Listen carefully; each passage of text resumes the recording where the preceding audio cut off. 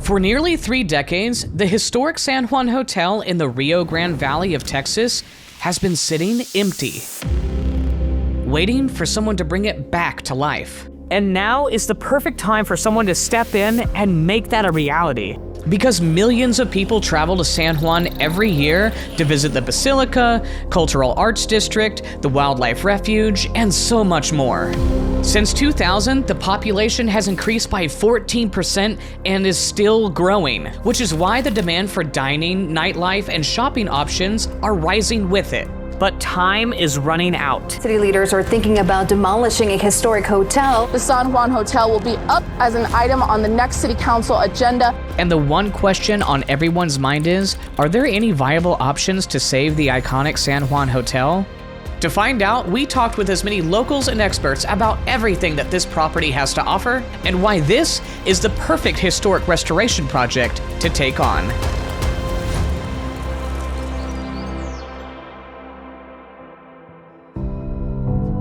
Welcome to San Juan, Texas, a pencil town in the Rio Grande Valley, one of several small connected cities that make up the McAllen metropolitan area, located right on the Texas and Mexico border. And at the heart of the city sits the San Juan Hotel, which is over 100 years old and dates all the way back to 1920. Its history is rich and deeply tied to the community. But for the last 30 years or so, it's been left abandoned and deteriorating, and its current owner is the city themselves. The reason its future is uncertain is because in 2023, the city was working on a downtown revitalization plan and were trying to find a lot for construction of a new conference center. We looked at some elements that are still there at the hotel that we might be able to repurpose and use for the new conference center, just to kind of keep and preserve the history of that corner with the hotel in that new building. And it was there that the architects who proposed this plan detailed that it was their recommendation to take it down. So was the plan demolish, or I know you mentioned about keeping some of the old hotel? The idea is to demolish. Okay, now where But not all hope is lost. That's the option that was given to the architects. Whether it's going to change or not is yet to be known. I know that that's the option moving forward. City manager says the city is still also looking into the possibility of fixing up the hotel. He says city leaders are just trying to figure out which option is cheaper. And what if there was a third option that was even better? It's up to them what they're going to do with it, but we don't want the city to feel like they have to bear this burden all by themselves. And that's why we partnered up with the Hidalgo County Historical Commission to make the case for a solution where everybody wins. By addressing all of the potential avenues, questions, concerns, and exciting new developments that will be music to any investor's ears. Starting with Gabe Ozuna, who has been following this project for many years and hoping to see something happen here. As a preservationist, I would hope that buildings have many chapters in many different lives. It occupies such a powerful place in the imagination of the people who see it every day. For some, it can be hard to look at this building now and imagine a future for it. However, across the country, neglected buildings just like this one are being given new life by adaptive reuse developers. And there are quite a few notable projects here in the Rio Grande Valley. The Cortez Hotel in Westlaco, also now known as the Villa de Cortez. So this is a great example of what preservation can do in the heart of a downtown like Westlaco. Only a few towns to the east of here. Its decline was so severe that at one time the city of Westlaco considered condemning the building and replacing it with parking lots. It took the imagination of Patty Didburner to visualize the possibilities and the knowledge and experience of Larry Didburner to know how to do it. It has this ballroom that is the place to go for wedding receptions and quinceañeras, and fetches quite a pretty penny to reserve the ballroom for a few hours, but everybody knows that the Villa de Cortez is the place to go. And I think that is what is currently missing in downtown San Juan. Whoever decides to take on this project, be rest assured that you will have a whole team of supporters behind you. If there's a new developer or a potential new property owner, I'm more than happy to walk you through the process. I will try to make it as easy as possible.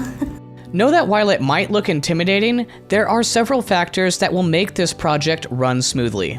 And that's why, whenever demolition was threatened, it caught the eye of the National Trust for Historic Preservation's Most Endangered list of 2025. So every year we announce a list of 11 places in this program, and it receives really widespread national, local, and regional media coverage across the country. So we're able to really elevate all of the places on this list to that national stage. This list only has 10 other locations from all across America.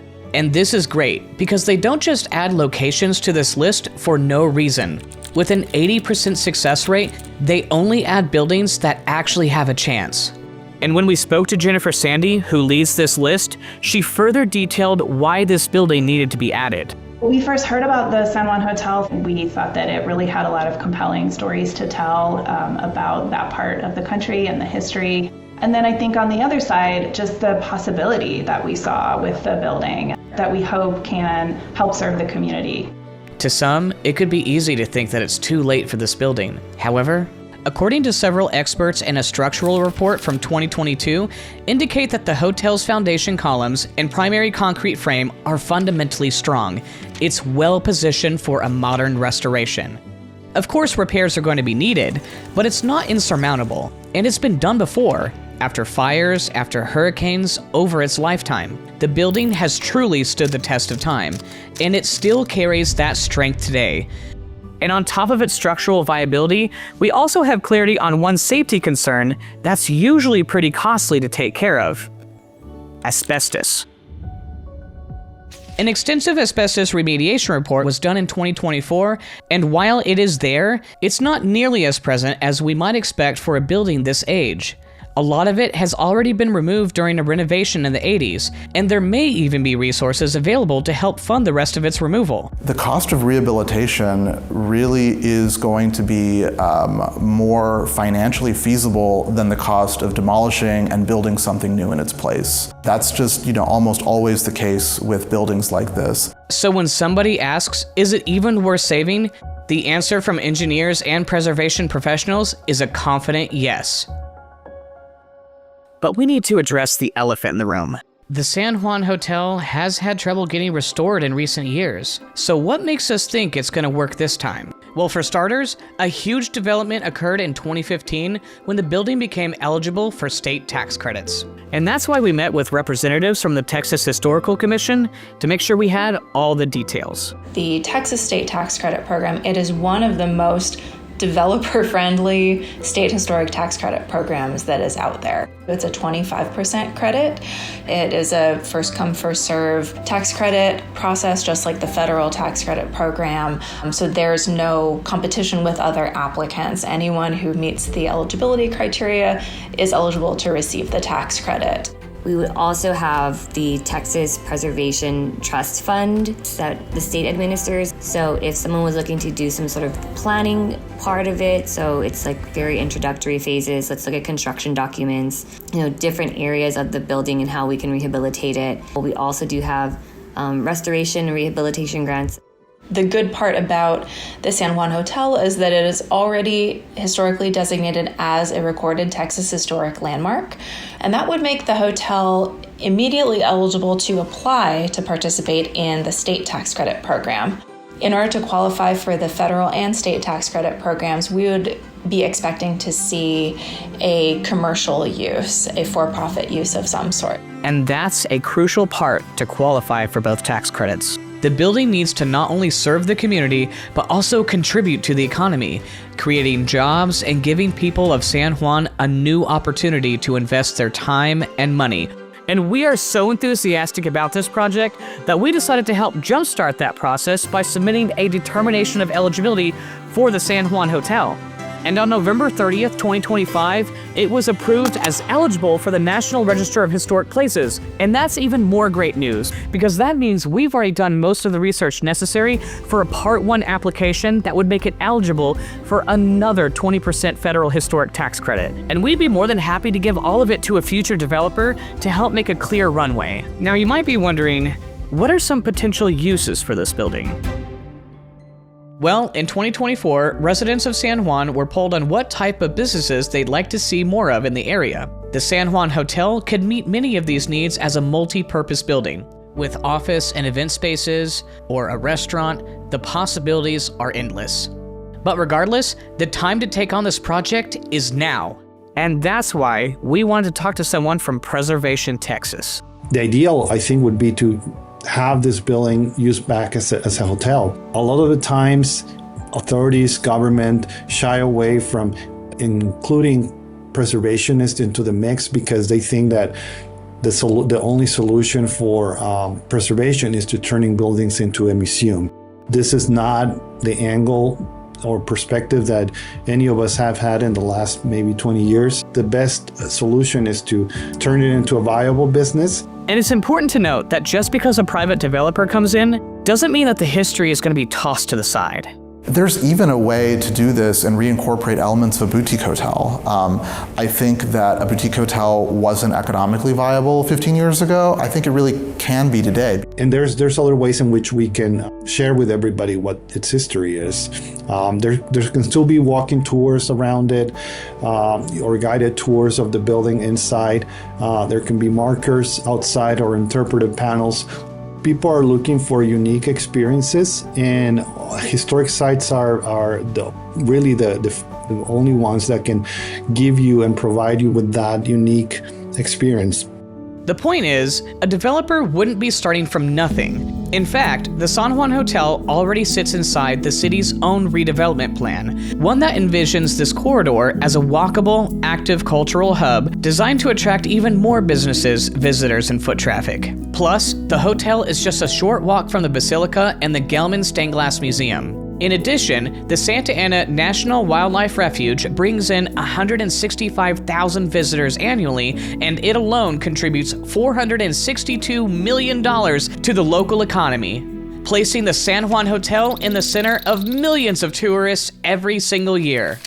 But the same plan that signals the city's readiness for growth, ironically, is also the same one that puts the building on the demolition list. But these don't have to be in conflict with what we're proposing. Working within the city's plan, the right developer could help move it forward.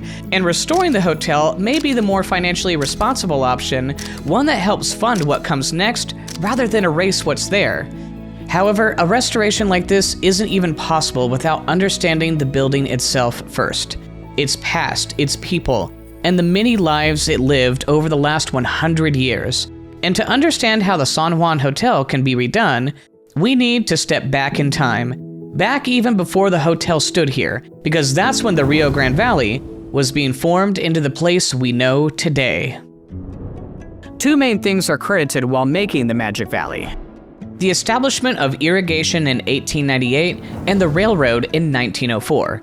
This dry and arid land was sold as magical and capable of producing abundant crops. But how did that work? While talking with local historians Roseanne Bachagarza and Dr. Francisco Guajardo, they indicated that it was all part of a plan by one man, John Closner. Closner was a first-generation American, coming to South Texas in 1870 from Wisconsin. Throughout the years, he held many positions of power, including sheriff, U.S. deputy marshal, and county treasurer, eventually earning himself the title Father of Hidalgo County. But that had less to do with job titles and more to do with how much land he controlled. And it all started during the Panic of 1893, a recession that affected the whole country, including those here in South Texas. When the markets almost crashed in 1893, there is a stall in the economy, and ranchers now don't have anywhere to send their meats or their wool. And so a lot of ranchers in South Texas are not able to pay their taxes. Then, with his insider knowledge of which properties were delinquent, John saw this as an opportunity to take advantage of his position. Being an astute business person, knew that this was a great opportunity for him to amass a lot of land, and that he did. Within a few years, Closner is able to take a bunch of lands of people who are in tax arrears. And once he had that, he started his next questionable venture. The thorny vegetation native to the area was not conducive to crops, so Closner cleared that, largely using Mexican labor. He then builds a pump house in 1896. And then, almost within a season, he begins to grow the most beautiful lush crops. Elaborate irrigation systems were installed underground and connected to his pump house, creating fertile soil for farming. With his plan in full swing, they began advertising land parties, and farmers swarmed the area, desperate to take advantage and make a profit off this tropical paradise in South Texas. They would be paraded down the street with fruitful fields on both sides and buy up land with the dream of growing their own. John Closner himself sends out these ads in newspapers in Detroit and in Boston and Chicago saying, come on down to the Magic Valley, you'll have success in year-round farming. And they're developing, an auto route down here. John Closner is working to build the Great Northern Railroad. And so 1904 is a turning point, because 1904 is when the massive investment comes to South Texas. And a lot of that is really because of this. With hopeful new landowners flooding into the area, Closner's plan was in full swing. But what many people didn't realize, and what the marketing conveniently left out, was that unless you invested in his irrigation system, you really didn't have much of a chance of harvesting a profitable crop. So what we have then is the rise of the Magic Valley. We are from a place that was the creation of a marketing scheme. And now with the economy booming, there was a real need for stopover places for developers and tourists to stay. The first building on this site was a small frame hotel, which was also known as the San Juan Hotel. And it was one of the first few available places at that time. With the amount of traffic coming into the area, it rarely had vacancies, so the city decided they needed something larger and more permanent, and they needed it fast. E.W. Slaughter and Charles Newen together designed a modern, two-story, brand new hotel to welcome newcomers to San Juan. They had a shoe shine person in the front of the hotel. They had bellhops. They were trying to function as if they were in a very big city. And the San Juan Hotel is not catering to the people who just cleared the brush. The San Juan Hotel is catering to people who the leadership class of South Texas is attempting to sell land to. Construction began in 1920 using bricks fired in the kiln at a very familiar location. So here we are on site at the San Juan Plantation. This was also John Closner's house, and this is where the bricks for the San Juan Hotel were made. Working quickly to finish that same year, they were able to keep the cost around $30,000. The first keepers of this hotel were Mr. and Mrs. Owen Reiley and their two Airedale dogs. It would carry their namesake as the Reiley Hotel, and it quickly became a hub for activity for the community, from social events to weekend business meetings. It embodied everything that the city of San Juan was striving for. In 1929, the hotel got a huge glow-up. Architects Paul G. Silber and Frederick Trimble, whose style helped define the Spanish Mission Revival era, were brought in to give the hotel more character and a fresh look. Officially reopening as the San Juan Hotel, the new design included relief carvings, a red tile roof, and a curvilinear parapet over the entryway. But just 3 years later after its transformation, disaster struck. The Cuba-Brownsville hurricane in 1933 was a Category 5 storm that caused $16.9 million in damage, which estimated is about $420 million today, and took the lives of 40 people across South Texas. The San Juan Hotel was noted to be badly damaged by this event. But even this massive storm couldn't keep the hotel down, and with the rest of the city, the hotel arose from the floodwaters. L.W. Anderson bought the hotel in its ruins, restored the interior, and expanded it in ways that we'll never know. He ran it for 4 years before selling it in 1938.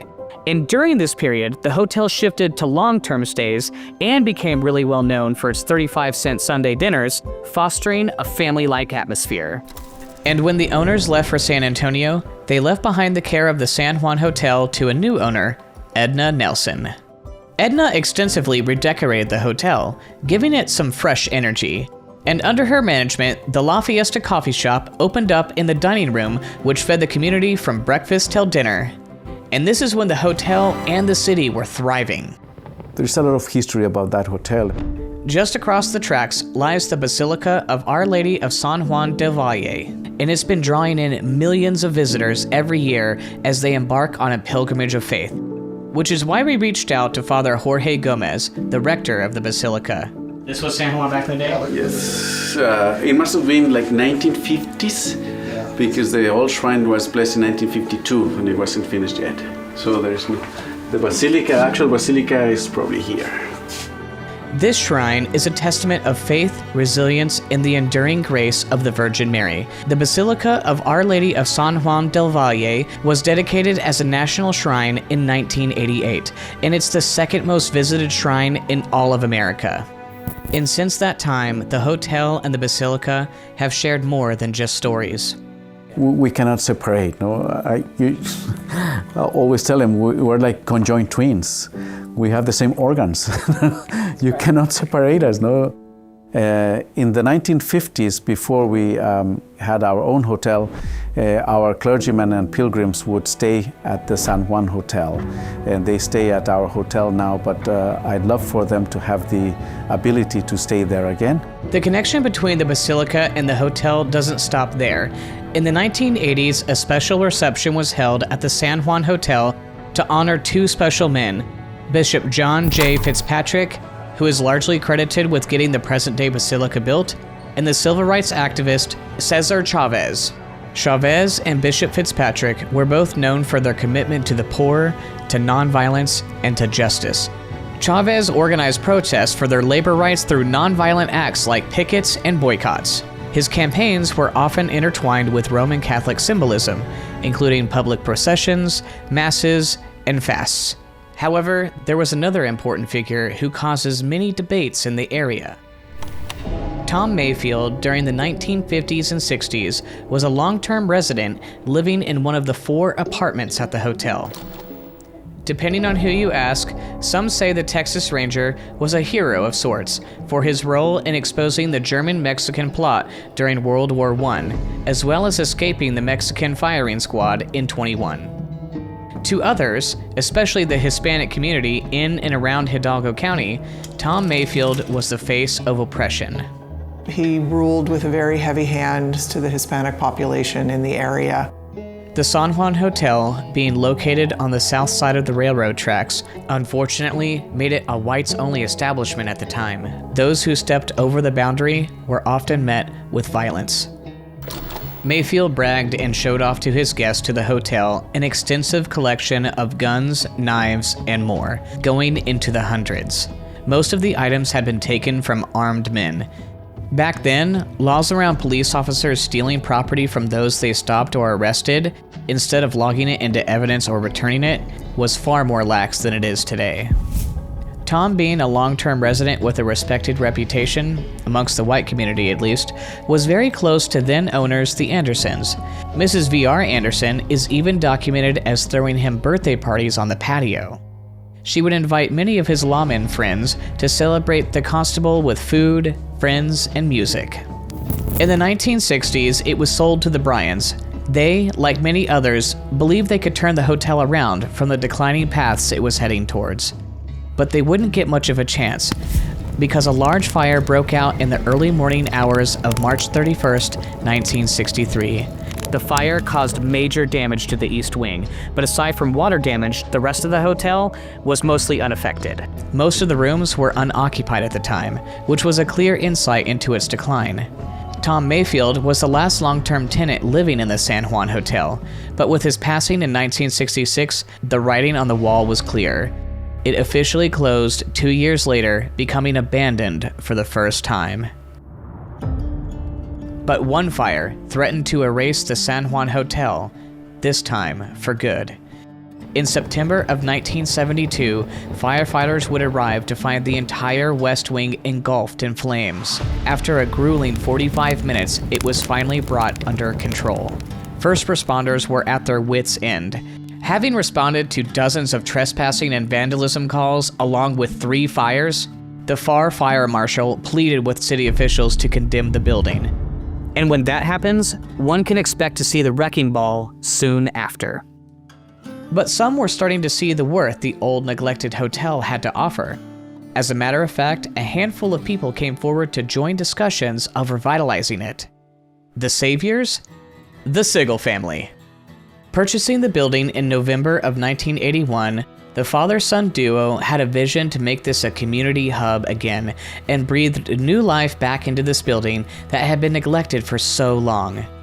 Glenn and David spent countless months on construction, completely renovating the entire interior and exterior into 40 rooms, a lobby, an inside courtyard, a meeting room, a dining room, a kitchen, laundry, and a pool. After all that hard work, finally, the grand opening was held, and the hotel was back in business. To learn more about this, we sat down with Virginia Haney Goss, who was a member of the Hidalgo County Historical Commission during that era, along with David Sigle, and Lori Marchant, a relative of the Sigles themselves. Mary and Glenn Sigle bought the hotel and restored it and opened it as a hotel and a wonderful restaurant. And David, their son, he went to culinary school in Chicago and he became a chef, and they kind of ran it for him. So he had a kitchen to do his culinary work, and he designed the kitchen and everything. While preserving its historic charm, the Sigles brought modern style and sensibility to the building. Tropical landscaping surrounded the exterior of the hotel, creating an oasis in the bustling city. I think he saw it as just, he wanted to renew a beautiful building. They saw it as a way to bring it back to life. They brought high quality eating to the valley. They did marvelous Southern meals, things that were of real interest on Sundays to go there after church. And they didn't stop at the restoration. The Sigles wanted to make sure the San Juan Hotel's historical significance was enriched forever in the state of Texas. Working diligently with the Texas Historical Commission, they were able to get the building certified as a recorded Texas historic landmark. David Sigle had applied for the marker on December 15th, 1983. I was there the day the marker from Texas Historical Commission was dedicated for the building, and that would have been January 26, 1986. And keep in mind that this was well before federal and state tax credits were available to help aid in such restorations, which means that they truly did this to make sure that the history of the hotel was forever preserved. The next few years would be one of the most stable and successful periods for the hotel. During this time, it would cement its place in the hearts and minds of the community, becoming an icon of history and culture. Very pretty. They made it a very pretty place. They worked really hard on it. I think a lot of people in San Juan or around San Juan who have experienced the hotel, have had personal connections to the hotel, remember it from this period of time because it was beautifully restored. But when Glenn Sigle passed, Mary was left to run the hotel by herself, as their son David had moved away and wasn't able to help. Soon after, the hotel started struggling financially. Mary knew it was time for her to step back and retire herself. So she started the process of selling the hotel. Mary needed to retire. It was a lot of work, keeping up a hotel like that. sometime after Mary Sigle retired, the building was sold, and then it quickly fell into disrepair, bringing us into the second era of abandonment. The next part of the story is a tale as old as time, or at least as old as historic preservation. From 1995 to 2023, the property passed from one pair of hopeful hands to another, each with ambitious ideas for restoring the San Juan Hotel.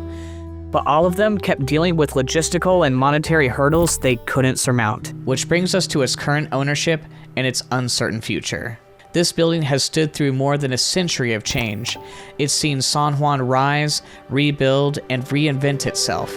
And all these years later, it's still here, holding the imprint of every person who walked its halls. I think what the San Juan Hotel does is it gives us permission to look at an intensely rich and provocative part of South Texas history. Most cities don't get a second chance at preserving their past. When a building like this disappears, it disappears forever. And all their stories, its joyful ones and its painful ones, go with it. But the San Juan Hotel does have a second chance, right now. A chance to keep its history, standing in a living space that can bring people together again. It's got the community support and the historical leadership support. We're happy to see this place showcased and highlighted, and we will continue to support the local efforts to get it in the right place. In my over 10 years of experience, seeing how restoring historic buildings can make a great impact on the growth and the identity of a city, while also making a positive contribution to the economy, I have never come across a building that was more perfectly set up for a historic redevelopment project. But right now, the only missing piece is someone bold enough to say, I'll do it. So if you are a developer that specializes in adaptive reuse, please get in contact with the Hidalgo County Historical Commission, because we are running out of time. What do we want the Rio Grande Valley to look like? Do we want it to look like a cookie-cutter commercial copy of a million other places? Or do we want to lean into what's special about us? What is part of our history and reincorporating those aspects into the future?